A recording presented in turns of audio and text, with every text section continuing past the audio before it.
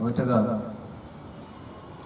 జమ్మూ కాశ్మీర్లో ఇటీవల ముష్కర్ల దాడికి అమరులైనటువంటి మన జవాన్లను ఒకసారి మనసారా తలుచుకుంటూ వారి ఆత్మకు శాంతి చేకూరాలని ప్రార్థిస్తూ ఈరోజు ఒక ప్రత్యేకమైనటువంటి రోజు. రామ్ గారు భలే ఎట్లా ఏర్పాటు చేశారో తెలియదు, కానీ నేను చాలా కాలం నుంచి సార్ పురుషోత్తమరావు గారిని కలవక చాలా కాలం అయింది. ఇవాళ ఎందుకో రావడానికి ముందు కూడా నేను ఎట్లా స్కెచ్ చేసుకోవాలనుకున్న సందర్భంలో సార్ ప్రస్తావన ఏమైనా పరోక్షంగా తెస్తున్న తప్ప నేరుగా చూడలేకపోతున్నాము ఈ మధ్య కాలంలో. చాలా కాలం సార్ కూడా అని అనుకో అదృష్టవశాత్తు వారి వాళ్ళ ఈ సమావేశంలో ఉండడం, ఇలాంటి కార్యక్రమంలో ఉండడం నేను చాలా అదృష్టంగా భావిస్తున్నాను. వారి ముందు ఒక సామెత ఉన్నట్టుగా కుప్పిగంతులు వేయడం వాస్తవానికి. ఎందుకంటే వారి గురించి తెలియని వాళ్ళు ఎవరు లేరు. వారు చాలా అద్భుతమైనటువంటి వరాషస్ రీడర్. పుస్తకాలు, గ్రంథాలను పుంఖాలు వారి దగ్గరికి నేను వచ్చిన తక్కువ సమయం, కానీ వారి గురించి నాకు చాలా ఎక్కువ తెలుసుకున్నాను. నేను ఎప్పుడు వచ్చినా ఒక 2 సార్లు 3 సార్లు జాతరతో వచ్చి ఎప్పుడు కొత్త పుస్తకం వారి దగ్గర ఉండేది చేతి. అది నేర్చుకోవాల్సింది, ఈ తరం నేర్చుకోవాల్సినటువంటి చాలా ముఖ్యమైనటువంటి అంశాలు. నేను కూడా ఇంకా చాలా వెనుకబడి ఉన్నాను సార్తో పోల్చుకుంటూ. కొంతకాలం క్రిందట రోజుకు లేదా 2 రోజులకు ఒక పుస్తకం కంప్లీట్ చేయాలని ఒక టార్గెట్ పెట్టుకొని ఒక పుస్తకం కంప్లీట్ చేసినట్టు గుర్తుంది అంతే. తర్వాత వాళ్ళు పడిపోయింది. అంటే చదవకపోవడం వల్ల మన జ్ఞానం చాలా తగ్గిపోతుంది. అందుకే ఇక్కడ ఉన్నటువంటి అంశం కూడా బోధించు, సమీకరించు, ఉద్యమించు. చాలా అద్భుతమైనటువంటి ఈ 3 అంశాలు ఉన్నాయి. బోధించాలంటే మనకు ఉండాలి జ్ఞానం. ఇప్పుడు ఇక్కడ వచ్చి ఏదైనా మాట్లాడాలంటే మీకు అతీతంగా నేనేం మాట్లాడను, ఇక్కడ ఉన్నటువంటి అంశాలనే మాట్లాడతా. ఆ మాట్లాడే తీరులో ఏమైనా ఉండే తేడాలను బట్టి కొన్ని అదనంగా అంశాలు స్వీకరించగలుగుతారు. ఎందుకంటే ఇక్కడ ఉన్న వాళ్ళందరూ మంచిగా చదువుకున్న వాళ్ళు, పుస్తకాలు చదివేవాళ్ళు, పేపర్లు చదివేవాళ్ళు, ఎప్పుడు అప్డేట్ అయి ఉండేవాళ్ళు ఉండేవాళ్ళు. ఎందుకంటే ఇది 2వ సారి నేను రావడం. ఆ తర్వాత మిత్రుడు కృష్ణారావు నాకు తమ్ముడు, తర్వాత వెంకట్ మా చాలా సన్నిహితమైనటువంటి మిత్రుడు, మా ఫ్రెండ్స్ చాలామంది గురువు గారు అని పిలుస్తారు. వీళ్ళందరూ ఈ ముగ్గురు ఉండడం ఇవాళ నాకు ఒక ప్రత్యేక అంశం, కొంచెం భయంగా కూడా ఉంది. ఇక మనం విషయానికి వచ్చినట్లయితే అధ్యక్షత వహించినటువంటి శ్రీనివాస్ గారు, తర్వాత రాము గారు ఎన్నో వారాలుగా అసలు 224 మామూలు విషయం కాదు, పోయినసారి కూడా అదైపోయాను. ఒక అద్భుతమైనటువంటి విషయం. దీన్ని ఎంతో సంకల్పం ఉంటే తప్ప ఇది సాధ్యం కాదు. ఆ కమిట్మెంట్ అనేది నన్ను చాలా ముగ్ధుని చేసి, నేను వారికి ఈ సభాపూర్వకంగా ఒకసారి క్షమాపణ చెప్పాల్సిన అవసరం ఉంది. ఎందుకంటే ఒక 3-4 సార్లు నేను మిస్ చేసిన, నేను లాస్ట్ మినిట్లో కూడా వారికి ఒకసారి చెప్పాల్సి వచ్చింది అనివార్య కారణాల వల్ల. అంతే తప్ప వేరే కాదు. మీరు ఎప్పుడు పిలిచి రావడానికి సిద్ధమే. కాకపోతే ఒకటే, నాకు దూరం ఉండడం వల్ల కన్వీనెన్స్ ఒక్కొక్కసారి సమస్య అయ్యి కూడా నేను ఒక్కోసారి మిస్ అయ్యే పరిస్థితులు ఏర్పడుతున్నాయి. ఈసారి అది వారు దానికి కూడా నేను చాలా కృతజ్ఞుడిని వారికి వెహికల్ పంపించినందుకు. ఇక విషయానికి వస్తే వాళ్ళ వ్యవసాయ రంగం ఎట్లా ఉంది అంటే ఆశ నిరాశ మధ్య కొట్టుమిట్టాడే పరిస్థితిలో ఉంది. ఇది ఇవాళనే ఉందా వ్యవసాయ రంగం ఆశ నిరాశల మధ్య? అంటే నాకు తెలివి వచ్చి ఊహ తెలిసిన కాలం నుంచి కూడా, నేను అంతంత పుస్తకాలు చదువుతున్నప్పటి నుంచి కూడా, ఆ రోజు నుంచి కూడా ఈ రోజు వరకు కూడా రైతన్నకు ఒకవైపు ఆశ, మరొకవైపు నిరాశ. ఇది నిత్య జీవితం అయిపోయింది. ఆశ ఏంటి? ఈరోజు పెట్టినటువంటి పెట్టుబడికి భవిష్యత్తులో అంతో ఎంతో ఆదాయం వస్తుంది అనే ఒక ఆశ. ఈ ఆశ నిజమైనటువంటి రోజున అది రైతులు కొంత సంతోషపరచగలిగేటువంటి అవకాశం ఉంది. ఆ ఆదాయం రానప్పుడు అది నిరాశకు గురి చేస్తుంది. అయితే పంట పడిన ప్రతిసారి ఆశ నెరవేరుతుందా? It's a big question. అందుకే వ్యవసాయ రంగానికి సంబంధించిన అంశాలు మాట్లాడడం అంటే అది 1 గంటలో అయిపోయింది కాదు, 2 గంటలు అయిపోయింది కాదు. అది చాలా సంక్లిష్టమైనటువంటి అంశాల్లో వ్యవసాయానికి సంబంధించిన అంశాలు అతి క్లిష్టమైనటువంటి. ఎందుకంటే ఇక్కడ ఒక సంవత్సరం బ్రహ్మాండంగా వర్షాలు పడ్డాయి, బ్రహ్మాండంగా పంటలు పండినాయి. మార్కెట్లోకి ఇమ్మడిగా ధాన్యం వస్తున్నది. మనం ఎప్పుడో కాదు, ఈ మధ్య కాలంలో కూడా చూసాం. ఆ రోజు నుంచి ఈ రోజు వరకు కూడా మన పరిస్థితి అదే. బాగా పంట చేతికి వచ్చే రోజు ధరలు మన చేతిలో ఉండవు, అధ్వానంగా పడిపోతుంటాం. మామూలు కాదు. పంట ఒక సంవత్సరం తక్కువ వచ్చింది, ఎందుకంటే ఈ సంవత్సరం బాగా పంట నష్టమైంది, ఎందుకంటే ధరలు రాలేదు కాబట్టి చాలా మంది రైతులు అది సైకలాజికల్ మానసికమైనటువంటి ప్రవృత్తి ఏంటంటే ఏదైతే పంట ద్వారా నష్టం వచ్చిందో, ధర తక్కువ వచ్చిందో దాన్ని నెక్స్ట్ సీజన్లో అంటే నెక్స్ట్ వ్యవసాయ సీజన్లో తక్కువ పండిస్తారు. ఆ సంవత్సరం అవుతుంది ఉత్పత్తి తక్కువ ఉంటుంది, టోటల్గా ఉత్పత్తి తక్కువ ఉంటుంది, దిగుబడి ఎట్లున్నా ధరలు నెమ్మదిగా పెరుగుతుంది. ఇది మళ్ళీ రైతులు ఏం చేస్తుంది, నెక్స్ట్ సీజన్లో ఈ పంట పండించిన వైపు పండిస్తుంది. ఇదే ఆశ నిరాశల మధ్య కొట్టుమిట్టాడు. ఇక పంట బాగా వచ్చినప్పుడు ధర పడిపోవడం ఒక్కటేనా? పంట బాగా వచ్చింది అని చేతికందే సమయానికి వచ్చేటువంటి రకరకాల ఖర్చులు ఏంటిది? ఎక్కడి నుంచి పెట్టుబడి వస్తున్నది? అంటే మూలాలకు వెళ్ళిపోవాలి మనం. ఎక్కడి నుంచి పెట్టుబడి వస్తున్నది? రైతు ఖర్చులు ఏముంటాయి? మనకు ఖర్చులు, రైతు ఖర్చులు వేరువేరేనా? ఒకప్పటి రైతుకు ఇప్పటి రైతుకు ఎంత తేడా ఉంది ఖర్చులలో? ఇంతకుముందు మన మిత్రుడు శ్రీనివాస్ గారు చెప్పారు, ప్రపంచీకరణ తర్వాత ఎంతో మార్పులు వచ్చాయి. మొత్తం మనం గ్లోబలైజేషన్ కారణంగా కమర్షియలైజ్ అయిపోయాం. అంటే ఒక కన్జ్యూమరిజం మేనియాను మనం కొట్టుకోవాల్సిన పరిస్థితిని సృష్టించింది గ్లోబలైజేషన్. అంటే ఎట్లా ఖర్చు చేయాలి ఇది మనకు నేర్పింది గ్లోబలైజేషన్. నీకు ఉందా లేదా పక్క పడేసి ఖర్చు పెట్టడం కావాలి. అన్నిటి కూడా చాలా కాస్ట్లీ చేసి పాల్సింది ఈ గ్లోబలైజేషన్. అది విద్య కావచ్చు, వైద్యం కావచ్చు, కొనుక్కునే వస్తువులు కూడా కావచ్చు, ఏదైనా కానీ ప్రతి వస్తువు కూడా.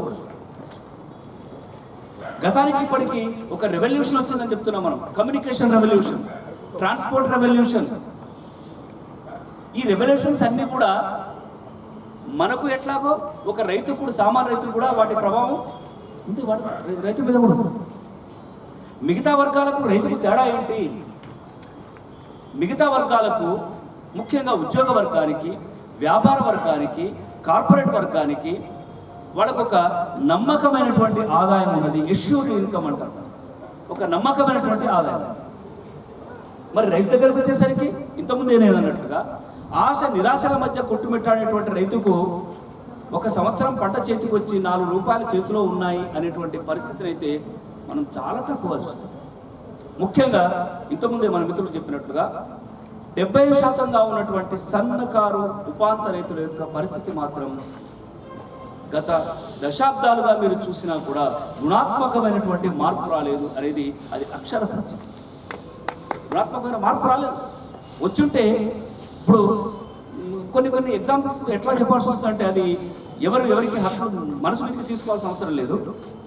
ఒక ఊళ్ళో గతంలో వ్యవసాయం చేసినటువంటి ఒక వ్యక్తి నెమ్మదిగా ఒక రాజకీయ నాయకుడిగా మారిపోయాడు. ఒక సర్పంచ్గా ఎన్నికైనాడు, లేదా వార్డు మెంబర్గా ఎన్నికైనాడు, లేదా ఒక ఎంపీటీసీ, ఒక జెడ్పీటీసీ అయినాడు. గ్రామంలో వార్డు మెంబర్ని తీసుకుందాం, ఒక సర్పంచ్ని తీసుకుందాం. చూస్తుండగానే వీడు 6 వారాలు కష్టించి పని చేసి చెమట వచ్చి రక్తాన్ని చెమటగా మార్చి వ్యవసాయంలో నానా కష్టాలు పడ్డా కూడా వీడికి ఎదుగులేదు, బొదుగులేదు, ఇంకా లోపలికి వెళ్ళిపోతున్నాడు, రోజు రోజుకు లోపలికి వెళ్ళిపోతున్నాడు. ఇటు రాజకీయాల్లోకి ప్రవేశించినటువంటి ఈ వ్యక్తి ఏం చేసినాడు, తన రాజకీయ అనుభవం, ఉన్నటువంటి అంతో ఇంతో డబ్బు, దాన్ని రకరకాల పెట్టుబడి రూపాలకు మార్చుకొని కొన్ని కాంట్రాక్టులు సంపాదించి చూస్తుండగానే ఇన్నోవా కొనిపారేసినాడు, లేకపోతే కద్దరు చొక్కాలు దొడుతున్నాడు, మెడలు తిప్పనంత స్థితికి చేరుకోవచ్చు. ఇది గ్రామీణ స్థాయిలో ఒక సంక్షోభాన్ని సృష్టిస్తున్నటువంటి అంశం. ఇది మనం గమనించడం లేదు. గమనించిన అసలు మార్పు కోసం ప్రయత్నం జరగడం లేదు. ఇది బాధాకరమైన విషయం.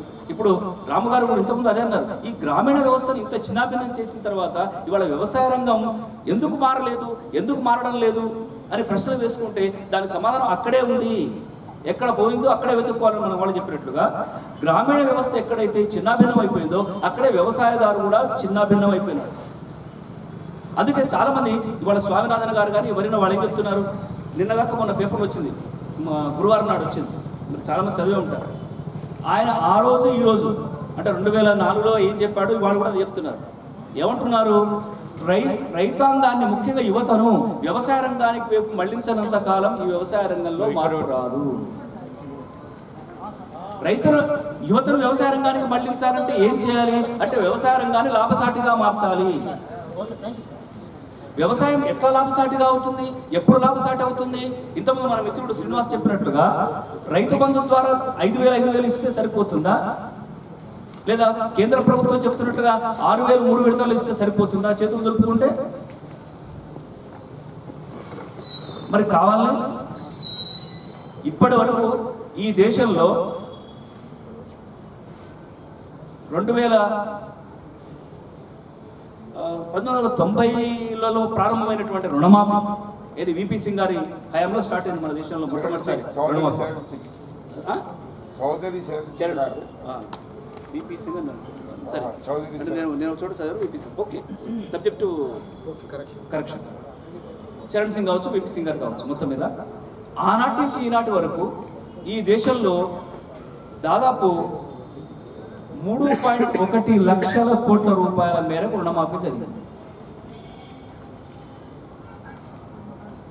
మరి రుణమాఫీ జరిగిన తర్వాత రైతులు మన రుణగ్రస్తులు కాకూడదే? మరి అంటే డబ్బు ఇవ్వడం ఒక్కటే వ్యవసాయ సంక్షోభానికి పరిష్కారం అనుకుంటే మాత్రం తప్ప. ఇది ఒక భాగం మాత్రమే.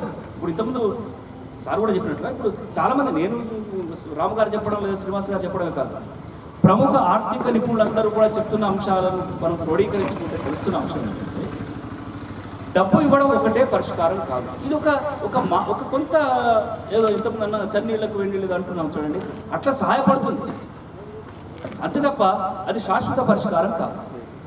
రెండవది, ఈ ఇచ్చినటువంటి నగదు ఏదైతే ఉందో ఈ నగదు నిజంగా వ్యవసాయ అంశాలకు సంబంధించినటువంటి దాంట్లోనే ఖర్చు చేయబడుతున్నదా? This more important. ఎందుకంటే రైతుకు వ్యవసాయం ఎంత ముఖ్యమో ఇతర ఖర్చులు కూడా అంతే ముఖ్యమైనవి. ఇవాళ మనకు సమాజంలో ఉన్నటువంటి 75% చెప్పుకున్నటువంటి సన్నకారు ఉపాంత రైతులు కేవలం వ్యవసాయ ఖర్చుల కోసమే కాదు, ఇతర ఖర్చులకు కూడా అప్పు తీసుకోవాల్సినటువంటి పరిస్థితుల్లోనే ఉన్నారు. మీ అందరికీ తెలిసిన విషయమే. ఇవాళ తెలంగాణలో దాదాపు 89.9% అటుగా కొంచెం సబ్జెక్టు కరెక్షన్ ఇవాళ రుణగ్రస్తలో ఉన్నాయి వ్యవసాయ కుటుంబాలు. ఆంధ్రప్రదేశ్లో ఇంకొంచెం ఎక్కువనే ఉన్నాయి. నిజంగా రుణమాఫీ ఇన్ని లక్షల కోట్ల రూపాయల రుణమాఫీ జరిగిన తర్వాత మళ్ళీ రుణగ్రస్తులు ఎందుకు అవుతున్నారు ఇంత శాతం మంది? కాకూడదు కదా. ఇది డిబేటబుల్ క్వశ్చన్. అంటే ఎక్కడో జరుగుతున్నది అంటే మనం అసలైనటువంటి సమస్యను గుర్తించకుండా, మూలాలు గుర్తించకుండా మనం మన తాత్కాలిక అవసరాల కోసం మన తాత్కాలిక అవసరాలు అంటే రాజకీయ వ్యవస్థ మనం నిష్కర్షగా చెప్పుకోవాల్సిన అవసరం ఉంది. ఇవాళ కేవలం ఓట్ల కోసం మాత్రమే, ఇది ఓట్ల కోసం ఇచ్చినా కూడా డబ్బు పనికొస్తుంది కదా అనేటువంటి అభిప్రాయం కూడా ఆర్థికవేత్తల్లో కూడా ఉంది. వాళ్ళు కూడా కాంప్రమైజ్ అవుతున్నారు. కొంతమంది ఇది పనికిరాదు, డైరెక్ట్గా క్యాష్ ఇవ్వడం వల్ల ఆర్థిక భారం పెరుగుతుంది ప్రభుత్వానికి. ఇప్పటికే ఒక్క మహారాష్ట్రకే రకరకాల రూపాల్లో ఇస్తున్నటువంటి రాయితీల వల్ల 4 లక్షల కోట్ల రూపాయల అప్పు చేయాల్సి వచ్చిందట ప్రభుత్వం ఒక మహారాష్ట్ర. మన పరిస్థితి కూడా తెలుసు మీకు. దాదాపు 60,000 కోట్ల రూపాయల అప్పులు ఉన్నట్లుగా మనకు ఎలక్షన్స్ టైంలో తెలిసింది. ఇది ఇప్పుడు మరింత పెరిగే అవకాశం కూడా ఉంది. ఎందుకంటే ఎక్కడి నుంచి వస్తుందండి ఈ డబ్బంతా? ఇది తిరిగి ప్రొడక్టివ్గా మార్చడానికి, అంటే పంట అదనంగా పండడానికి కానీ, లేదా వ్యవసాయ రంగం డైవర్సిఫై అంటే వైవిధ్యీకరణ చెందడానికి, అంటే ఇతర అంశాలు ఉన్నాయి కదా, వ్యవసాయ అనుబంధ రంగాలు ఉన్నాయి కదా, ఆ అనుబంధ రంగాల వైపు మళ్ళడానికి ఉపయోగపడుతున్నదా? దీని మీద ఒక సక్రమైనటువంటి మూల్యాంకన, అంటే దీన్ని ఏం జరుగుతున్నది అనేటువంటి పరిశీలన మనం ఒక నిష్కర్షగా చేయలేకపోతున్నాం. ఇది కూడా ఒక ప్రధానమైన అంశంగా మనం తీసుకోవాల్సిన అవసరం ఉంది. అందుకే ఇప్పుడు ఇక్కడ రుణమాఫీకి సంబంధించినటువంటి అంశాలు కానీ, లేదా నెక్స్ట్ మనం ఇంతకుముందే మాట్లాడుకున్నట్టుగా రైతు బంధు కానీ, బీమా కానీ, మూడే ఇప్పుడు ప్రధానంగా చర్చలో ఉన్నటువంటి అంశాలు. ఇంతకంటే దీనికి మించినటువంటి కార్యక్రమాలు ఆ రోజు ప్రారంభించినటువంటి 1975లో ప్రారంభించినటువంటి గ్రామీణ అభివృద్ధి కమ్యూనిటీ డెవలప్మెంట్ ప్రోగ్రామ్స్తో మొదలుకుంటే ఇవాల్టి ప్రధానమంత్రి కిసాన్ సమ్మాన్ యోజన వరకు కూడా కొన్ని వందల పథకాలు ఈ దేశంలో అమల్లో ఉండేవి. వాటి రూపురేఖలు మారితే పేరు మారచ్చు అంతే తప్ప రకరకాల పేర్లతో ఇప్పటికీ చాలా అమలవుతుంది. వీటి కోసం కొన్ని లక్షల కోట్ల రూపాయలు గుమ్మరించడం జరిగింది గ్రామీణ వ్యవస్థ. ఏం జరిగింది? మరి మారాలి కదా. ఏం మారింది అనేది మనం ప్రశ్నించాలి. నిజంగా మారి ఉంటే ఇవాళ ఈ అంశం మీద మనం మళ్ళీ చర్చించాల్సిన అవసరం ఉండకపోయింది. అంటే ఇవాళ మనం బీమాకు సంబంధించి కూడా నిజంగా ఇవి మంచి పథకాలు కాదని మనం అనట్లేదు. పథకాలు మంచివే, కానీ ఆచరణకు వచ్చేసరికి వీటి విధి విధానాల రూపకల్పనలో వీటి ఉపయోగిత ఎట్లా ఉంది, ఒక రైతుకి ఇస్తే ఎట్లా ఖర్చు చేస్తున్నాడు అనేది కూడా ఆలోచించాల్సినటువంటి అంశాల మీద ప్రభుత్వం సక్రమంగా దృష్టి పెట్టడం లేదు. అయితే మనలో కూడా కొంతమందికి ఒక అభిప్రాయం ఉండొచ్చు, నాకు కూడా ఉండొచ్చు ఆ అభిప్రాయం. ఏమని, ఏదో రూపంలో అయితే అప్పు తేవకుండా ఖర్చు పెట్టగలుగుతున్నాడు కదా, ఈ 4,000 లేదా 5,000 ఇస్తే ఆ 5,000 4,000 మళ్ళీ ఇంకొకటి దగ్గర అప్పు చేయకుండా ఉపయోగపడుతుంది కదా అనేటువంటి ఆలోచన కూడా ఉంది. అయితే దీంట్లో ఆర్థిక పరమైనటువంటి అంశాలు, సైకలాజికల్ పరమైనటువంటి అంశాలు, మానసిక అంశాలు తీసుకున్నట్లయితే ఒకసారి డబ్బు చేతికి వచ్చి ఖర్చు పెట్టడం అనేది ప్రారంభమైన తర్వాత నువ్వు డబ్బు ఇచ్చినా ఇవ్వకపోయినా ఖర్చు ఖచ్చితంగా చేయాల్సిన పరిస్థితి ఏర్పడుతుంది. ఇది కూడా ఒక అంశంగా మనం గుర్తుపెట్టుకోవాల్సిన అవసరం ఉంది. ఇప్పుడు గ్రామీణ వ్యవస్థలో కూడా ఒకప్పుడు ఏ అంశాల మీద అయితే ఖర్చు చేయొద్దని కొంత అణుచుకున్నాడో మనసులో రైతు కుటుంబాలు, ఇవాళ ఆ ఖర్చు చేస్తున్నాయి. ఎందుకంటే డబ్బు కాస్త చేతికి వస్తుంది కాబట్టి. అది ఎట్లా వస్తున్నది? ఉత్పత్తి ద్వారా వస్తున్నటువంటి డబ్బు కాదు, అనుకోకుండా వస్తున్నటువంటి డబ్బు, రాజకీయపరమైన నిర్ణయాల ద్వారా వస్తున్నటువంటి డబ్బు. ఇది ఎంతకాలం కొనసాగుతుంది? ఇది కొనసాగడం వల్ల నిజంగా ఫలితాలు వస్తాయా అనేది ఇది కొంచెం ఇంకా డిస్కషన్లో ఉంది. దీనికి సంబంధించినటువంటి కొన్ని సర్వేలు కండక్ట్ చేయాల్సిన అవసరం ఉంది. ఆల్రెడీ నబార్డ్ ఒక సర్వే కండక్ట్ చేస్తున్నది. నేను కూడా ఒక విలేజ్ని తీసుకొని సర్వే చేయడానికి సిద్ధంగా ఉన్నాను. ఇప్పుడు కాదు కానీ ఇంకొక ఈ సీజన్ అయిపోయిన తర్వాత నెక్స్ట్ సీజన్లో చేస్తే ఏమైనా రిజల్ట్స్ వస్తాయనేది ఆలోచించాల్సిన అవసరం. ఇది కనుక ఒక ప్రొడక్టివ్గా ఉపయోగపడినట్లయితే, అంటే రైతు వ్యవసాయ ఉత్పత్తిని పెంచేదిగా ఉపయోగపడినట్లయితే, రైతు ఆదాయాన్ని పెంచేది ఉపయోగపడినట్లయితే దీన్ని కూడా మనం వెల్కమ్ చేయడంలో అభ్యంతరం లేదు. ఇది ఒక మార్గంగా తీసుకున్న తప్పేం లేదు, ప్రభుత్వం ఇస్తుంటే తీసుకోవడానికి అభ్యంతరం ఉంది. కానీ ఇది ఒక్కటే అని పెట్టుకుంటే మాత్రం సరిపోదు. This one point.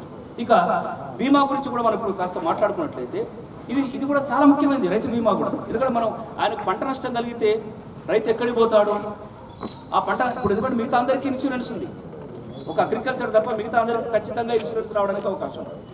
సరే, దాన్ని దృష్టిలో పెట్టుకుని ప్రభుత్వం ముఖ్యంగా లేటెస్ట్గా వచ్చినటువంటి ప్రధానమంత్రి ఫసల్ బీమా యోజన అనేది ఒకటి లేటెస్ట్గా 2016లో స్టార్ట్ అయినటువంటి కార్యక్రమం. మిగతా అన్నిటికంటే కొంత మెరుగైనటువంటిది కూడా మనం చెప్పుకోవడం జరిగింది. ఆ బీమా కార్యక్రమం కూడా పూర్తి స్థాయిలో డైల్యూట్ చేయబడింది. నిజంగా ఎంతో మెరుగైన ఫలితాలు ఇవ్వాల్సినటువంటి ప్రధానమంత్రి ఫసల్ బీమా యోజన పథకం కూడా పూర్తి స్థాయిలో డైల్యూట్ అయింది. దాని గణాంకాలు కూడా చెప్తున్నాయి. 2015-16 కంటే 16-17లో అదనంగా 30% పెరిగినటువంటి ఎన్రోల్మెంట్, అంటే బీమా కోసం అప్లై చేసుకున్న వాళ్ళ యొక్క రైతుల యొక్క శాతం తర్వాత 16-17, 17-18, 18-19లో క్రమంగా నెమ్మదిగా పడిపోతున్నది. 40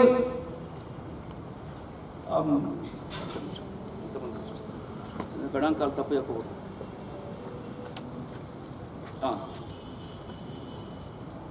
2015-16లో 40 మిలియన్ల మంది ఎన్రోల్మెంట్ చేసుకుంటే 17-18కి వచ్చేసరికి 34.8 మిలియన్లు అయింది. 18-19కి వచ్చేసరికి 33.3 మిలియన్లు అయింది. క్రమంగా తగ్గిపోతుంది. దీని మీద కొంత నాబార్డు కూడా సర్వే చేసింది. నాబార్డు చేసినటువంటి సర్వేలో రైతాంగం చాలా ఓపెన్గా చెప్పినటువంటి అంశాలు కూడా కొన్ని ఉన్నాయి. ఎవరు చెప్తున్నారు వాళ్ళు? అసలు మాకు ఆ బీమా సదుపాయం ఉన్నట్లుగా తెలియని వాళ్ళు చాలామంది ఉన్నారు. ఏ సమయంలో అప్లై చేసుకోవాలో తెలియని వాళ్ళు ఉన్నారు. ఏ రకమైనటువంటి పంట నష్టాలకు బీమా రావడానికి అవకాశం ఉందో తెలియని వాళ్ళు చాలామంది ఉన్నారు. తర్వాత అసెస్మెంట్ అనేది చాలా ఇంపార్టెంట్. ఏంటిది? పంట నష్టాన్ని అంచనా వేసేటువంటి సమయం కూడా చాలా ముఖ్యమైనది. ఇవన్నీ డిలే చేయడం వల్ల, అంటే నష్టం ఎప్పుడు జరిగింది, ఎంత మొత్తంలో జరిగింది, దీనికి సంబంధించినటువంటి ఒక అసెస్మెంట్ జరిగేటువంటి ప్రక్రియ పూర్తిగా డైల్యూట్ అయిపోవడం వల్ల, దీన్ని పట్టించుకోవడానికి సరైనటువంటి ఒక టాస్క్ ఫోర్స్ లేకపోవడం వల్ల ఏమైపోయిందంటే రైతాంగం మాకు వస్తుందో రాదో అనేటువంటి నిరాశలోనే ఉండాల్సిన పరిస్థితి ఏర్పడుతుంది. అందుకే ఈ బీమా ఇవన్నీ ఎవరు చూస్తాడు, వీళ్ళు అప్లై చేయాలి, దానికోసం ఎన్నో రకరకాల ఆఫీసుల చుట్టూ తిరగాలి, అది చేతిలో పడగాక ఎంత ఇబ్బంది అవుతుందో, ఇవన్నీ అంశాలు దృష్టిలో పెట్టుకొని అసలు బీమా గురించి ఆసక్తి తగ్గిపోయినటువంటి రైతాంగం ఉన్నట్లుగా ఆ సర్వేలో వెళ్ళడం. అంటే ప్రభుత్వ పథకాలు రూపొందించేటువంటి క్రమంలో చూపించే శ్రద్ధ ఇవాళ కాదు, మొదటి నుంచి మన భారతదేశ వ్యవసాయ విధానాల్లో ఉన్నటువంటి లేదా మిగతా విధానాల్లో ఉన్నటువంటి అంశం ఏంటంటే విధాన రూపకల్పనలో అద్భుతంగా ఉంటుంది, కానీ దాన్ని అమలు చేసేటువంటి ప్రక్రియ మాత్రం చాలా అస్తవ్యస్తంగా ఉంటుంది. పథకం ప్రారంభించడం, తర్వాత దాని గురించి పట్టించుకోకపోవడం, దాన్ని మనం ఎవాల్యుయేషన్ అంటాం, మూల్యాంకనం అంటాం. అంటే ఏం జరుగుతున్నది క్షేత్రస్థాయిలో. ఎందుకంటే బయట చాలా బాగా చెప్తారు. ఎందుకంటే ప్రధానమంత్రి కావచ్చు, ముఖ్యమంత్రులు కావచ్చు, ఇగో ఇది అద్భుతమైన పథకం, ఇగో ఇవాళ ప్రారంభించారు, ఇట్లా జరుగుతుంది, రైతాంగం ఇక అద్భుతమైనటువంటి స్థితిలోకి వెళ్ళిపోతారు, వాళ్ళు ఒక్క పైసా కూడా నష్టపోకుండా బీమా పొందుతారని చాలా బ్రహ్మాండంగా వస్తాయి ఉపన్యాసాలు, పత్రికల్లో కావచ్చు, టీవీ ఛానల్స్లో కావచ్చు. కానీ క్షేత్రస్థాయి ఇది ఇందుకు పూర్తిగా భిన్నంగా ఉంది. ఇది మర్చిపోవడానికి వీలు. ఇవాళ నేరుగా బ్యాంకు ఖాతాలో అమౌంట్ పడుతున్నప్పుడు కూడా మీరు క్షేత్రస్థాయిలో అబ్జర్వ్ చేసినట్లయితే ఆ అకౌంట్ నుంచి విత్డ్రా చేసేటువంటి సమయానికి కూడా దళారులు అక్కడ చేరి రైతుకు వచ్చేటువంటి దాంట్లో అంతో ఇంతో తమ జేబులో వేసుకుని చేతివాటం చూపించేటువంటి పరిస్థితి కూడా వాళ్ళ గ్రామీణ వ్యవస్థలో ఉంది. గ్రామీణ వ్యవస్థలో పనిచేస్తున్నటువంటి సిబ్బంది అందరిని మనం ఎవరిని అనడానికి వెళ్ళలేదు, అందరూ కాదు, ఖచ్చితంగా ఇవాళ గ్రామీణ వ్యవస్థలో పనిచేసేటువంటి పాలనా సిబ్బంది పూర్తి స్థాయి అవినీతిలో కూరుకుపోవడం కూడా రైతుకు పాలిట శాపం అవుతుంది. ప్రత్యక్షంగా చాలా మంది చెప్పినటువంటి సంఘటనలు. ఎట్లా అంటే ఇప్పుడు మనం ఎన్ని సంఘటనలు, పట్టాదార పాస్ పుస్తకం నిన్నగాక మొన్న వచ్చింది, విఆర్ఓ వేధిస్తుంటే లంచం ఇచ్చి కూడా పాస్ పుస్తకం ఇవ్వకపోతే ఆత్మహత్య చేసుకున్నటువంటి సంఘటన చూసాం. మనకి ఇట్లాంటి బయటికి రానివన్నీ ఉన్నాయి. ఏ చిన్న విషయంలో మేము రైతు ఆత్మహత్యల మీద కూడా చాలా సందర్భాల్లో మేము సర్వేలు కండక్ట్ చేయడం, వాళ్ళ దగ్గరికి పోవడం, వాళ్ళ సమావేశాలు, చనిపోయిన కుటుంబాలను పిలుచుకురావడం, వాళ్ళతో మాట్లాడడం, ఇట్లాంటి జరుగుతున్న సందర్భాల్లో ఆత్మహత్య చేసుకున్న కుటుంబాలకు వచ్చేటువంటి నష్టపరిహారం విషయంలో కూడా తీవ్రస్థాయి విమర్శలు ఉన్నాయి.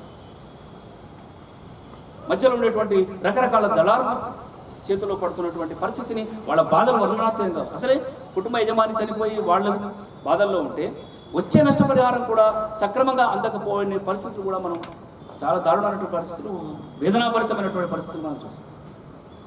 అంటే ఇవి ఎట్లా మారాలి? వ్యవసాయ రంగం ఈ రకమైనటువంటి సంక్షోభం నుంచి మారడానికి ఏం చేస్తే బాగుంటుంది అంటే, ఇంతకుముందు మనం చెప్పుకున్నటువంటి పథకాలు అసలు వద్దని కాదు, ఎవరు మనం వద్దనడానికి కూడా వీల్లేదు. ఎందుకంటే ప్రభుత్వం మనం వద్దన్న ఇస్తుంది. ఎందుకంటే అది రాజకీయ వ్యవస్థకు లేదా రాజకీయ పార్టీలకు ఒక ప్రధాన ఆయుధంగా ఈ మధ్యలో మారింది. ఇక ఆగదని చెప్తున్నారు ఆర్థికవేత్తలు కూడా, వాళ్ళ అభిప్రాయాలు కూడా అట్లే ఉంది. ఇది మనం ఆపినా ఆగదు. ఇప్పుడు నేను పోయి మాట్లాడాను అనుకోండి, అక్కడ ఒక గ్రామానికి పోయి నీకు 5,000 ఎందుకయ్యా, 4,000 ఎందుకయ్యా, తీసుకోకు, నువ్వు అడ్డు పెట్టు అని అంటే మనం ఊళ్ళో నుంచి తగ్గిపడతాం. పరిస్థితులు అట్లా ఉంటుంది. ఎందుకంటే అట్లా క్రియేట్ చేసి పెట్టారు వాళ్ళ పాలకవర్గం. ఒక్కసారి ప్రారంభం అయిన తర్వాత వెనకడుగు వేసేటువంటి పరిస్థితి ప్రభుత్వాలకు ఉండదు. గుర్తుపెట్టుకోండి, పెరగడమే. 4,000 5,000 అయింది, 5,000 రేపు 6,000 అవుతుంది, ఇంకోసారి 10,000 అవుతుంది. నెక్స్ట్ ఎలక్షన్స్ కల్లా చూడండి. అట్లా ఎంతకాలం ఇస్తుందండి ఏమో చెప్పలేం. వాళ్ళ రాజకీయాలు నడుపుకోవడానికి ఎంతకాలం ఇవ్వచ్చు, దానికి మనం ఎట్లా అధికారంలో ఉండేంత వరకు చేస్తున్నాడు. ఇప్పుడు ఈ పార్టీ పోయింది, ఇంకో పార్టీ వచ్చినా అదే కదండి చేసేది. ఇప్పుడు మనం అనుకుంటున్నాం ఈ పార్టీ కాకుండా ఇంకో పార్టీ వస్తే రివర్స్ చేయగలుగుతుందా? ఇంపాసిబుల్, అసాధ్యమైనటువంటి పని. అంటే మనం ఒక ఎట్లా వచ్చే ఒక విష సర్కిల్లోకి వెళ్ళిపోయినాం. వాళ్ళు చాలా భయంకరమైనటువంటి విష సర్కిల్ ఇది. మనం బయట మాట్లాడితే మనం మాట్లాడినటువంటి సమాజం కూడా ఉన్నది. రాజకీయ పార్టీలు మాట్లాడినావు, అటు లబ్ధిదారులు కూడా మాట్లాడి, నీకెందుకే, నీకు నెలకు 40,000 50,000 నీకు పెన్షన్ వస్తున్నది, నువ్వు బాగా గమ్మతనే చెప్తావని, నాకు వచ్చే 4,000 5,000 కూడా నువ్వు రాకుండా చేస్తావని మనననేటువంటి పరిస్థితులు అక్కడ ఉన్నాయి. అంటే ఎక్కడ సమస్యకు పరిష్కారం కనుగొనాలి అనే దగ్గరికి వచ్చినప్పుడు రైతులు కాదు అక్కడ మనం అక్కడి నుంచి అక్కడ కూడా అవగాహన కల్పించాలి, కాదనట్లేదు. కానీ రాజకీయ వ్యవస్థలో, పాలనా వ్యవస్థలో, మన ఆలోచనలో, తర్వాత పొలిటికల్ సిస్టంలో, తర్వాత ఎలక్షన్స్ విధానంలో సమూలమైన ప్రక్షాళన జరగకపోతే వ్యవసాయ రంగ సంక్షోభం కూడా లో మార్పు రాదు. ఎందుకంటే వ్యవసాయ రంగ సంక్షోభాన్ని మనం విడివిడిగా చూస్తే సరిపోదండి. It's a part of society, it's a part of electoral system, it's a part of political system, it's a part of policy making. ఇది భిన్నమైనది కాదు. అందుకే ఇవన్నీ కలగలిపి ఆలోచించకుండా ఒక వ్యవసాయ రంగం బాగుపడాలంటే సాధ్యం కాదు. ఎందుకంటే చాలా సందర్భాల్లో అందరం అదే చెప్తున్నాం, ఏమని, ఒక గుండు సూది తయారు చేసేవాడు కూడా ధర నిర్ణయించుకునే శక్తి ఉంది, కానీ మనకు తిండిని పెట్టేటువంటి రైతుకు ఎంత ధర అనేది నిర్ణయించుకునే శక్తి లేదు అని మనం అందరం చెప్తున్నాం. కానీ ఆ శక్తి ఎప్పుడు వస్తుంది? నాకైతే ఆశ లేదు, రియల్లీ నాకైతే ఆశ లేదు. ఎందుకంటే ఇది రాకుండా చేసేటువంటి శక్తులు సిద్ధంగా ఉన్నాయి. వాళ్ళందుకే ఎప్పటికప్పుడు ఒక ఇది తాయిలాలు అనొచ్చా అనకూడదా అనేది కూడా ఒక డిబేట్గా చెప్పారు. జయతి ఘోష్ అని పేరు వినుంటారు మీరు చాలా మంది. జయతి ఘోష్ అంటే ఈ అగ్రేరియన్ ఇష్యూస్ మీద చాలా అద్భుతమైనటువంటి పరిశోధనలు చేస్తారు. ఆమె కూడా ఏమంటుంది, ఇవాళ ఇది తాయిలాలు అనడానికి వీలు లేదు కావచ్చునేమో అంటుంది. తాయిలాలు కావు అనొద్దు అనట్లేదు, ఇవి తాయిలాలు అని నేను ఖచ్చితంగా అంటాను. ఎందుకంటే మనకు తెలిసిన విషయం, ఇవాళ గ్రామీణ వ్యవస్థలో ఓటింగ్ ప్యాటర్న్ చూడండి, అర్బన్ ఓటింగ్ ప్యాటర్న్ చూడండి, తెలిసిపోయి గ్రామీణ ఓటర్లు ఓటు వేయాలంటే ఇవాళ వాళ్ళని పట్టుకోవాలి. ఎట్లా పట్టుకోవాలి? డబ్బు అనే ఒక ఆయుధంతో పట్టుకోవాలి. ఇది బాగా నేర్చుకున్నారు మన రాజకీయ నాయకులు. విచిత్రం, అది బాధాకరం కూడా నిజంగా బాధాకరమైన అంశం సార్, చాలా బాధాకరమైనటువంటి అంశం. గ్రామీణ వ్యవస్థలో సర్పంచ్ ఎలక్షన్ చూసాను. అంటే ఈ వ్యవస్థను అందుకని ఏమంటారంటే, ఎలక్ట్రల్ సిస్టమ్ను మనం కనుక ప్రక్షాళన చేయకుండా రాజకీయ వ్యవస్థ యొక్క భావ స్థితిని మనం ప్రక్షాళన చేయకుండా రైతే మారాలి అంటే మాత్రం మారడండి.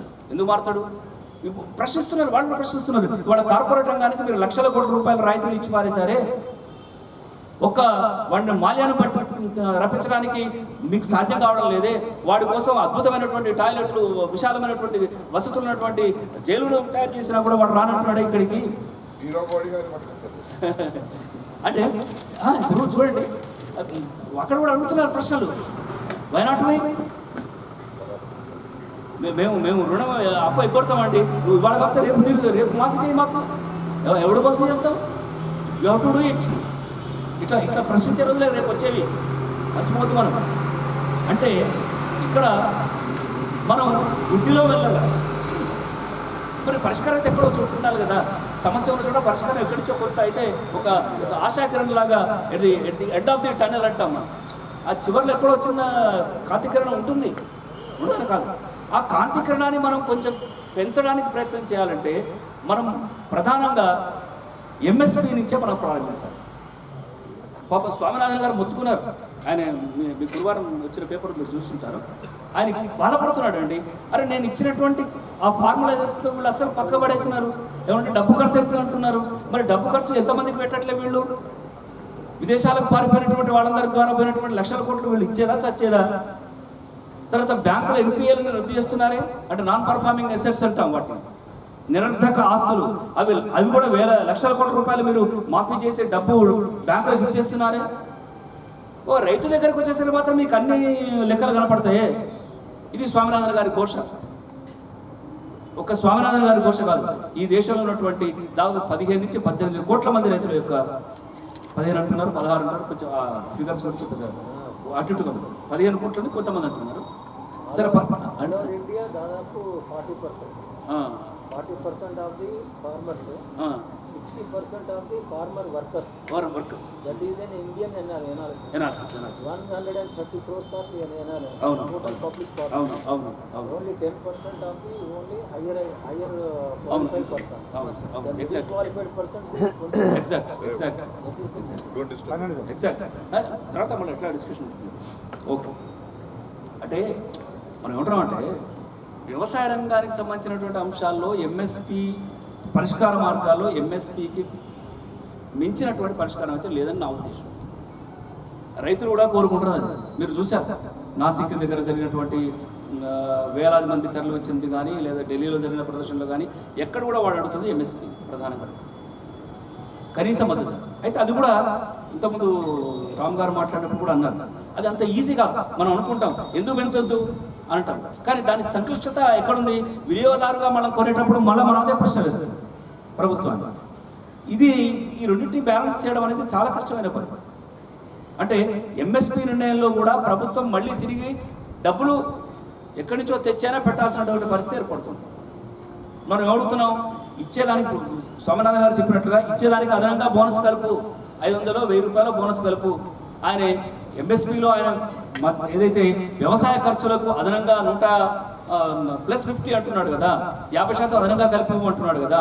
ఈ 50% అదనంగా కలిపి ఇవ్వడానికి ప్రభుత్వం జరుగుతున్నది, ఎందుకంటే ఖర్చు విపరీతంగా పెరిగిపోతుంది. దీనికి పరిష్కారం కూడా ప్రభుత్వం కనుక్కోవాలి. రేపు వస్తుంది చూడండి మీరు, మనం మనం మనం చూస్తాం కూడా, ప్రభుత్వం ఏదైతే వద్దంటుందో అది చేయాల్సిన పరిస్థితి ఏర్పడుతుంది. ఎందుకు ఏర్పడుతుంది అంటే to get the political mileage. రేపు రాజకీయాలు అవసరమయ్యి రైతు సంఘాలు కానీ మన అలాంటి ప్రజా సంఘాలు కానీ ఈ సీటు మాత్రమే అమలు చేయాలి, దానికి +50 అని అనుకోండి, ఖచ్చితంగా తీరేటువంటి పరిస్థితులు ఏర్పడతాయి. పోనండి ఇంకా కొన్ని కోట్లు అప్లై చేస్తాం, చివరికి ఏమవుతుందో ఏమని కానివ్వండి, వాట్ హ్యాపెన్స్. ఇగో ఇది పరిస్థితి. ఎవడు చూడబోతున్నాడు? ఎందుకంటే దీనికి అందరూ కూడా ఒక మా ఆర్థికవేత్త ఒక ఆయన కీన్స్ అని ఆయన చాలా చక్కటి మాట చెప్పాడు. ఏమని, in future we're all dead అన్న. రేపటి గురించి ఎందుకు మాట్లాడటం, రేపు ఎవడు ఉంటాడు. కాబట్టి ఈ రోజే ముఖ్యం. కాబట్టి ఈ రోజు అధికారం కావాలంటే ఎన్ని కోట్లు అప్లై చేస్తావో, ఎన్ని లక్షల కోట్లు చేస్తావో చేసేయి, పడే డబ్బు పడే, తర్వాత చూసుకుందాం. ఇగో ఇది వ్యవస్థ. దీని నుంచి మార్పుకు నాంది పలకాల్సిన అవసరం కూడా ఉంది. ఎందుకంటే మనం ఎవరో మాట్లాడుకొని ఇది కావడం కాకుండా మార్పు కూడా నాంది పలకాల్సిన అవసరం. ఎంఎస్పీని కూడా అమలు చేయడానికి ప్రభుత్వం చిత్తశుద్ధితో పనిచేయాలి. కేవలం ప్రకటించడం కాదు, వాళ్ళు ప్రకటించింది ప్రభుత్వం ఏమన్నది 150% అదనంగా గతంలో కంటే పెంచామని చెప్పింది.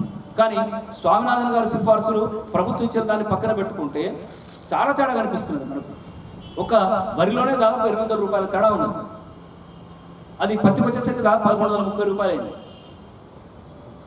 అట్లా అంటే చాలా పంటలకు సంబంధించి స్వామినాథన్ గారి సిఫార్సులకు ప్రభుత్వం ఇచ్చినటువంటి ఎంఎస్పీకి మధ్య అంతరం చాలా ఉన్నది. ఇది ఇవ్వలేకపోతున్నది ప్రభుత్వం. తర్వాత ఇప్పుడు ప్రకటించినటువంటి ఈ మొత్తమైన నిజంగా అమలు అవుతున్నదా, ఇది పెద్ద సమస్య మనందరికీ తెలిసింది. ఎందుకంటే పంట వచ్చిన తర్వాత ఏమవుతున్నది, మిరప పంట గురించి మనం మాట్లాడడం గతంలో. ఇంతకుముందు రామ్ గారు కూడా అదే అన్నారు. మిరప విషయాలు కూడా మేము మార్కెట్ యార్డ్స్ తిరిగాం. పంట ముమ్మరంగా వచ్చినటువంటి సందర్భంలో ధరలు అధ్వానంగా పడిపోవడం ఖమ్మం జిల్లా ఉదాహరణ కూడా మనం చూసాం. పసుపు అదే పరిస్థితి, ఉల్లిగడ్డ అదే పరిస్థితి, ఆలుగడ్డ అదే పరిస్థితి. ఒక పంటని కాదు, పంజాబ్ నుంచి మొదలుకుంటే కన్యాకుమారి వరకు మీకు తెలియని విషయాలు కావు. సట్లెజ్ నదిలో గోధుమలు బారపోసుకున్నటువంటి రైతులు, పాలు రోడ్ల మీద బారపోసుకున్నటువంటి మహారాష్ట్ర, యూపీ రైతులు, ఇవన్నీ ఏమిటి ఇదంతా వాటిస్తాడు. అంటే నిజంగా ఇది ఈ సంక్షోభానికి నిజంగా ఎక్కడైనా పరిష్కారం ఉందా అంటే ఒక భయం ఉంది. కానీ మనం ఇంతకుముందు అన్నట్లుగా ఒక ఎక్కడ ఉంది ఆకాశం, ఒక ఆశాకిరణం ఉందనుకోవాలి. మనం అనుకోకపోతే మనం ఏమాత్రం కూడా ఇక్కడ కూర్చొని మాట్లాడుకోలేదు. ఏమిటి ఆశాకిరణం అంటే ఫస్ట్ ఎంఎస్పీ అంటున్నాను. రెండవది ఇక మిగతా అంశాలు, మార్కెటింగ్ కావచ్చు, లేకపోతే పెట్టుబడులు కావచ్చు, లేకపోతే క్షేత్రస్థాయిలో కావాల్సినటువంటి రైతులకు కావాల్సినటువంటి సలహా కావచ్చు, ఇవన్నీ కూడా ప్లస్ పాయింట్స్. వీటన్నిటితో పాటు కూడా ఇంకొక అంశాన్ని కూడా ఇవాళ మనం గుర్తించాల్సింది ఏంటంటే ఆర్గానిక్ ఫార్మింగ్, సేంద్రీయ వ్యవసాయం. ఇది కూడా ఖచ్చితంగా దృష్టిలో పెట్టుకోవాల్సినటువంటి అంశం. ఈ మధ్యలోనే మీరు చదివే ఉంటారు, ఒక మన ప్రపంచంలోనే ఒక సిక్కిం రాష్ట్రం అనేది 100% ఆర్గానిక్ ఫార్మింగ్లోకి వచ్చినటువంటి రాష్ట్రంగా గుర్తించబడింది.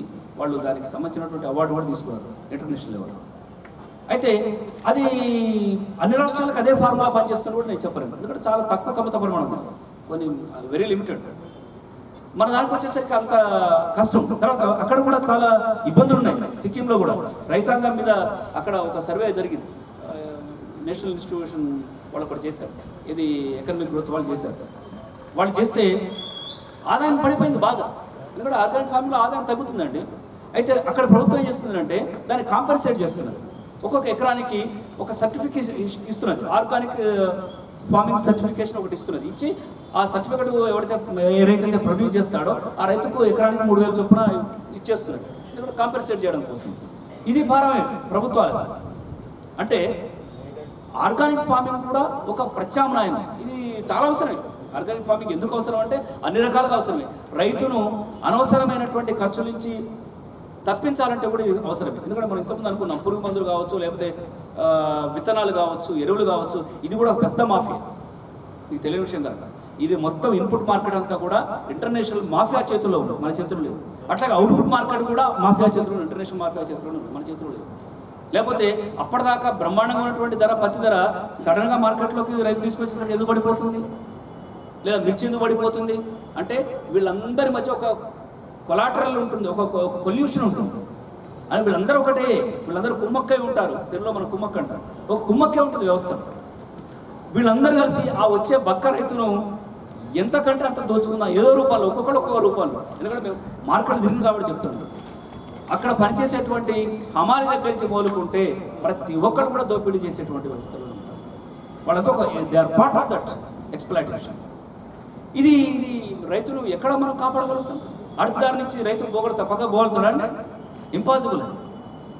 ఇప్పుడున్నటువంటి సిస్టంలో సాధ్యం కావట్లేదు మనకు. పెట్టుబడి కావాలంటే అక్కడికి వ్యవసాయం ఒక్కడే కాదు, ఇంతకుముందు అన్నా నేను పెళ్లి చేయాలన్నా, ఇంట్లో మంచి అయినా చెడైనా ప్రతి దానికి రైతు అటువైపు చూడాల్సింది. ఎందుకంటే వాళ్ళ ప్రభుత్వ రంగ బ్యాంకులు రైతులకు కావాల్సినంత ఇన్స్టిట్యూషనల్ క్రెడిట్ ఇవ్వడం లేదు. అది మనం ఇంతకుముందు చెప్పుకున్నాం. మోర్ దాన్ 89% వ్యవసాయ కుటుంబాలు తెలంగాణలో ప్రైవేట్ అప్పుల పాలు ఉన్నాయి. దాంట్లో అత్యధికంగా కూడా ప్రైవేట్ అప్పులే. ఈ రుణమాఫీ జరిగేది కూడా ప్రైవేట్ అప్పులు జరగవుగా, ప్రభుత్వ అప్పులే జరుగుతాయి. ఎందుకంటే ప్రైవేట్ అప్పులు జరిగిన అనుకోండి, తర్వాత వాడికి రూపాయి కూడా పుట్టదు. ఇది ఇది ఇది ఈ రకమైనటువంటి సిచ్యువేషన్లో మనం రైతుకు ఎంఎస్పితో పాటు ఇతర ఇన్ఫ్రాస్ట్రక్చర్ ఫెసిలిటీస్ అన్ని కూడా మనం కల్పించగలిగితే మాత్రమే రైతుకు కొంతైనా మేలు చేయడానికి అవకాశం. ఇది ఒక్కటే సరిపోతుంది. ఇంతకుముందు మనం అనుకున్నట్లుగా గాంధీయన్ మోడల్ మళ్ళీ రావాల్సిందే. This is inevitable. అది ఎవరైనా చెప్పండి, చివరికి మనం అక్కడికి వచ్చి తీరుతాం. కాకపోతే మనకు కొంత ఓపిక ఉండాలి, టైం పడుతుంది, చాలా టైం పడుతుంది.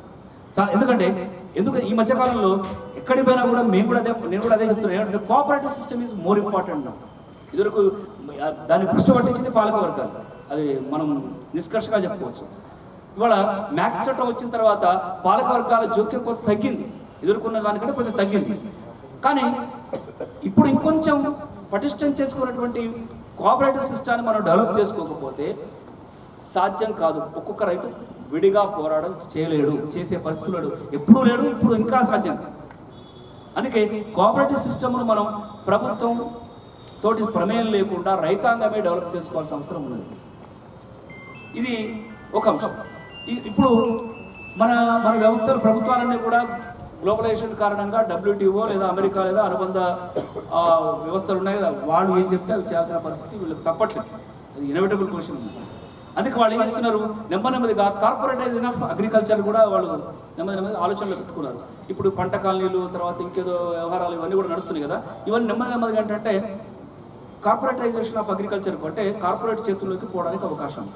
ఇప్పుడు ఆల్రెడీ మన తెలంగాణలో, ఆంధ్రప్రదేశ్లో ఒక లిమిటెడ్ అంటే పరిమిత సంఖ్యలో ఫార్మర్, తర్వాత ఇంకోటి ఏంటంటే దాని ఏమంటారంటే ఉత్పత్తిదారు, కొనుగోలుదారు ఒక సమాఖ్యలు ఏర్పాటు చేస్తున్నారు. కొనుగోలుదారు, ఉత్పత్తిదారు, రైతు, కొనుగోలుదారు. ఈ కొనుగోలుదారు ఎవరు ఉంటారు? ఒక కార్పొరేట్ శక్తి సంబంధించిన వాడు కావచ్చు, లేదా ఏదో ఒక ప్రభుత్వ ఏర్పాటు చేసిన సంస్థ కావచ్చు. వీళ్ళు కలిపి ఫార్మర్, తర్వాత కొనుగోలు చేసేటువంటి ఒక వ్యక్తి, దాని ఏమంటాం మనం, ప్రమోటర్ అంటాం, ఏదో రకాల పేరు పెట్టవచ్చు. అట్లాంటి ఒక సహకార సంఘాలు ఒక పక్కన నడుస్తుంటే ఇవి మరొక పక్కన నడుస్తున్నాయి. అట్లాంటి లిమిటెడ్గా స్టార్ట్ అయ్యి మన తెలంగాణ, ఆంధ్రాలో ఎక్కువనే, తెలంగాణలో తక్కువనే.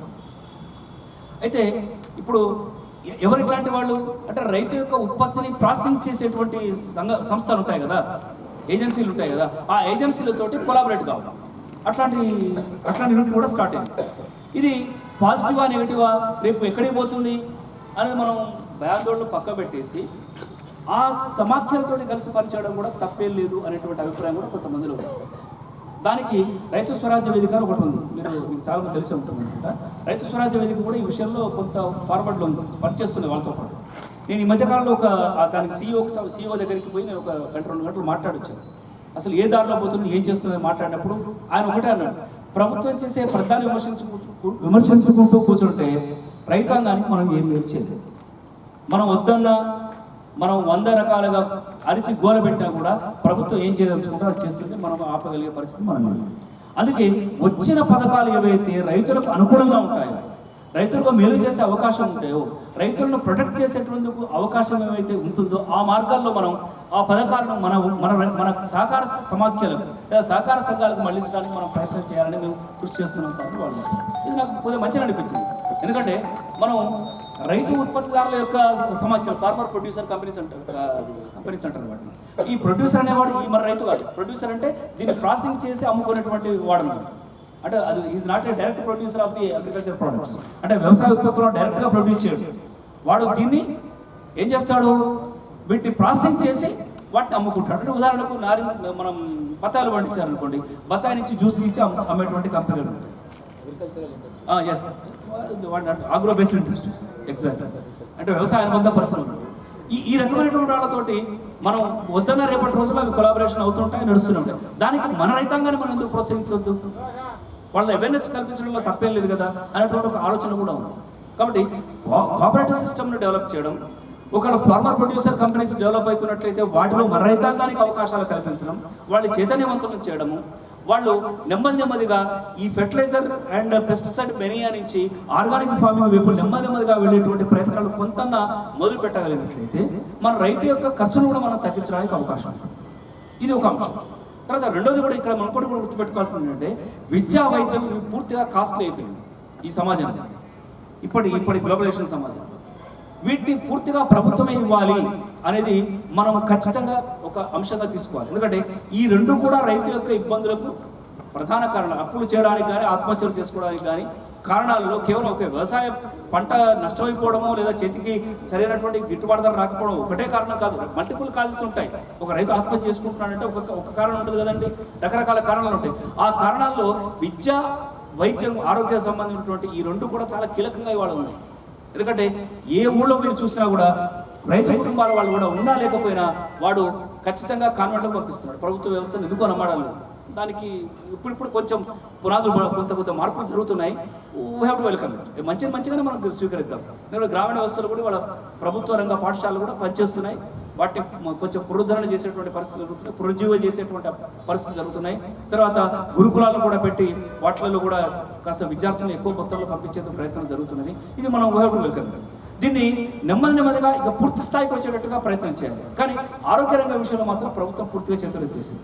This we have to accept. ఇప్పుడు ఆరోగ్య రంగానికి వచ్చేసరికి మాత్రం పూర్తిగా ప్రైవేటీకరణ విధానంలో మనం పోవాల్సి వస్తుంది. తర్వాత ఆరోగ్యశ్రీ లాంటి పథకాలు కూడా ఎంత కార్పొరేట్ రంగానికి ఎట్లా మేలు చేస్తున్నాయి, రోగికి ఎంత అన్యాయం చేస్తున్నాయి అనేది కూడా మనం చాలా సందర్భాల్లో మనం పుంకాలుగా మనం చూస్తున్నాం. వీటిలో ప్రక్షాళన జరగాల్సిన అవసరం ఉంది. ప్రైవేట్ రంగానికి ఇచ్చేటువంటి ఆరోగ్యశ్రీ నిధులకు బదులుగా ప్రభుత్వ రంగ వైద్య వ్యవస్థను మనం ఎందుకు బలోపేతం చేయడానికి కూడా మనం చాలా చోట్ల ప్రశ్నిస్తున్నాం. కానీ దానికి సంబంధించినటువంటి ప్రభుత్వం 100% క్రియాశీలకంగా పనిచేయడం లేదు, మనం ఒప్పుకోవాల్సింది. ఎందుకంటే హైదరాబాద్లో ఉన్నటువంటి ముఖ్యమైనటువంటి గాంధీ ఆసుపత్రి కావచ్చు, ఉస్మానియా కావచ్చు, ఆ రెండు ఆసుపత్రులు మీరు చూసొస్తే చాలు ప్రభుత్వం ఎంత చిత్తశుద్ధితో వైద్య రంగంలో పనిచేస్తుంది మీకు ఈజీగా తేడతెల్లంగా అనుకుంటుంది. కాబట్టి ఇవన్నీ చేయకుండా అంటే విద్య కావచ్చు, ఆరోగ్య రంగం కావచ్చు, ఈ రంగాల్లో పూర్తి స్థాయిలో ప్రక్షాళన జరగకపోతే కూడా మనం వ్యవసాయ సంక్షోభంలోంచి రైతులు బయటపడడం కూడా కష్టం. అంటే వ్యవసాయ రంగానికి సంక్షోభానికి పరిష్కార మార్గాలు లేదా వ్యవసాయ రంగంలో ఉన్నటువంటి ప్రస్తుత ఆశ నిరాశల పరిస్థితుల నుంచి రైతులు కేవలం ఒక అభివృద్ధికరమైనటువంటి మార్గంలో ప్రయాణింప చేయాలంటే మాత్రం ఒక్కటి పట్టుకుంటే మాత్రం సాధ్యం. ఎందుకంటే ఈ బహుళ అంశాలను ఖచ్చితంగా రైతులకు మేలు చేసే పద్ధతిలో వీటిని ఫోర్స్ చేయాలంటే ముందు తీసుకెళ్తూ ప్రయత్నం చేయకపోతే సాధ్యం కానటువంటి పరిస్థితులు. మనం మరొక అంశాన్ని కూడా ఇక్కడ గుర్తుపెట్టుకోవాల్సిన అవసరం ఉంది. రైతులను అవగాహన కల్పించేటువంటి వ్యవస్థ ఏ మేరకు ఉంది, రైతులు మనం ఎంతవరకు అవగాహన కల్పిస్తున్నాం, ఆ అవగాహన కల్పించేటువంటి ప్రక్రియలో మనం సక్సెస్ అవుతున్నామా లేదా, ఇది కూడా ఆలోచించుకోవాలి. ఎందుకంటే పౌర సమాజం కూడా రైతాంగం యొక్క సమస్యల పట్ల స్పందించకపోతే లేదా తక్షణ కార్యాచరణ చేయలేకపోతే రైతాంగం కూడా మన నుంచి దూరం అయిపోతుంది. ఇవాళ నేను చాలా రైతు సంఘాల తోటి జరిగినటువంటి సమావేశాలు చూశాను. రైతులను కూడా ఒక సమావేశాన్ని తీసుకురావాలంటే వాళ్ళకు కూడా డబ్బులు ఇవ్వకపోతే వాళ్ళు రావడం అనేది దారుణం. ఒకప్పుడు ఒక పిలుపు ఇచ్చారంటే మార్క్సిజం లేదా లెనినిజం సంబంధించినటువంటి పార్టీలు కావచ్చు, ఏమైనా లెఫ్ట్ పార్టీస్లు ఒక పిలిపించినాయంటే వాళ్ళు బండ్లు కట్టుకొని కాలినడక ఈ నాసిక్లో జరిగింది, ఢిల్లీలో జరిగింది, ఎక్సెప్షన్స్ వదిలిపెట్టారు. ఇప్పుడు ముఖ్యంగా మన తెలుగు రాష్ట్రాలు మాత్రం తెలంగాణలో చాలా దారుణమైనటువంటి పరిస్థితి. ఒక్క సభ కూడా రైతుతోటి పెట్టగలిగినటువంటి పరిస్థితి లేదు. ఇది కూడా మార్చుకోవాల్సిన మనమే పోవాల్సినటువంటి పరిస్థితి వాళ్ళ దగ్గరికి వెళ్ళిపోయింది. అంటే మనమే వాళ్ళ దగ్గరికి పోవాలి. నేను చాలా సందర్భాలు చెప్పాను రైతు సంఘాలకు కూడా. మనం వరంగల్లో కూర్చొని హైదరాబాద్లో కూర్చొని మీటింగ్లు పెట్టి వాళ్ళు రాలని బాధపడడం కాదండి. గ్రామ స్థాయికి మనం వెళ్దాం. గ్రామ కమిటీలు వేసుకోండి, మండల కమిటీలు వేసుకోండి. ఎప్పుడు చెప్పినా మిత్రులు ఎందుకో కానీ నిజంగా కూడా ఒక్కోసారి బాధ అనిపిస్తుంది. నేను నా మనసులో ఒక మాట కూడా చెప్పాల్సుకున్నాను. ఏంటంటే ఎక్కడైతే కమ్యూనిస్టు పార్టీలు పూర్తిగా విఫలమైపోయినాయో అప్పుడే ఈ సంక్షోభాలన్నీ బ్రహ్మాండంగా తలెత్తాయి. వాళ్ళని ప్రశ్నించే నాదుడు లేడండి. ప్రశ్నించే ఎవడైనా సరే ఎక్కడికైనా తీసుకపోయి ఏదైనా చేయగలిగినటువంటి శక్తి వాళ్ళ ప్రభుత్వానికి రావడానికి కారణం మాస్ ఆర్గనైజేషన్స్ బిల్డప్ చేసుకోవడంలో వామపక్ష పార్టీలు ఘోరాతి గొరవైపోయి. దాంట్లో నాకైతే ఏం సందేహం లేదు. నిజంగా వాళ్ళు కొంతైనా మెరుగుపడి ఉన్నట్లయితే వాళ్ళకు కూడా రాజకీయాలు కావాల్సి వచ్చింది. వాళ్ళు కూడా వాళ్ళు వద్దనట్లేదు, ఎన్నికల్లో పాల్గొనండి వద్దనట్లేదు. కానీ అదొకటే కాదు కదండి, వాళ్ళ ప్రజలతోటి ఎక్కడున్నారు చెప్పండి? ఏ పార్టీ ఉందండి ప్రజలతోటి? ఏ పార్టీ లేదు. టీఆర్ఎస్ పార్టీ ఉంది ప్రజలతోటి, ఎందుకంటే 42 సీట్లు వచ్చినాయి కాబట్టి. Is this yeah district? ఇదా కొలమానం? అందుకే వ్యవసాయ రంగ సంక్షోభం గురించి మాట్లాడితే వ్యవసాయ రంగం ఒకే మాట్లాడితే సరిపోదు. వ్యవసాయ రంగాన్ని ప్రభావితం చేసే ఈ సామాజిక అంశాలు, ఆర్థిక అంశాలు, రాజకీయ అంశాలు, ఇన్ని అంశాలలో కూడా ఎక్కడో ఒక్కడ మార్పుకు మనం ప్రయత్నం చేయకపోతే మాత్రం ఫలితం చాలా రాబోయే రోజుల్లో చాలా దారుణంగా ఉంటుంది. We have to face the music. మనమే చూడాల్సిన పరిస్థితి ఏర్పడుతుంది. మిమ్మల్ని అసలు బుల్డోజ్ చేసి పారేస్తారు, గుర్తుపెట్టుకోండి. ఎట్లా బుల్డోజ్ అంటే మనం అడుగున నలిగిపోతాం.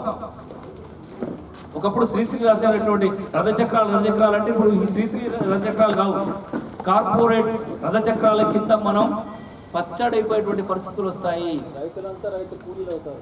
అది సహజంగా సార్. అది ఇప్పటికే జరిగిపోయింది సార్, కొత్తది కాదు. రైతుల సంఖ్య తగ్గిపోయింది, రైతు కూలీల యొక్క శాతం సంఖ్య పెరిగిపోయింది. అది జరుగుతున్నటువంటి పరిణామం. రాబోయే రోజుల్లో ఇంకా దారుణాలు ఉంటాయి. అవన్నీ మనం దానికి మనం కూడా బాధ్యులేము, ఖచ్చితంగా మనం బాధ్యులేము. We're also part of it. అందుకే ఇక్కడ ఈ అంశాలన్నింటి మీద కూడా మనం ఒకసారి దృష్టి పెట్టాల్సిన అవసరం ఉంది. ఒకటే కాదు. అందుకే వామపక్షవాదం బలీయం కావాలి, రెండవది గాంధేయవాదం కూడా బలీయం కావాలి. ఈ రెండు వేరు కాదు. చాలామంది పూర్తిగా అవగాహన లేకుండా మాట్లాడుతున్నప్పుడు ఏమనుకుంటారంటే గాంధేయవాదం వెర్సెస్ మార్క్సిజం అనుకుంటారు. It's not correct. మార్క్సిజం, గాంధేయవాదం రెండు చెప్పేది ఒకటే. జాగ్రత్తగా ఎవరికైనా కావాల్సింది ఏంటి? మార్క్స్ ఏం చెప్పాడు? తాడిత పీడితుల కోసం పోమన్నాడు.